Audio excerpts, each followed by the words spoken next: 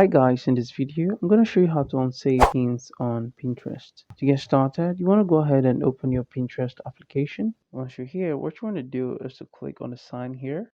I just created this pin.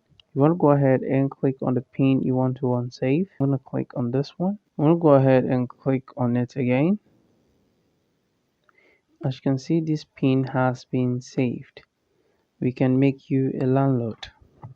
You want to go ahead and click on the dots at the top right corner here, and then you want to click on edit pin. So right here you can go ahead and edit your pin. You can edit the title, you can edit the description, and you can also edit the website and almost everything here. Okay, what we want to do here is to unsave this pin. All right, and that is what I'm going to teach you how to do.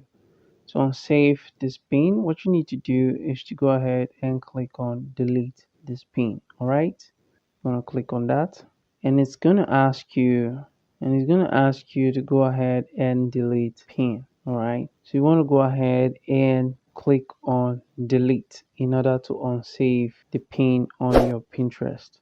Guys, this is how to unsave pins on Pinterest. Thanks for watching, and I'll see you in the next video.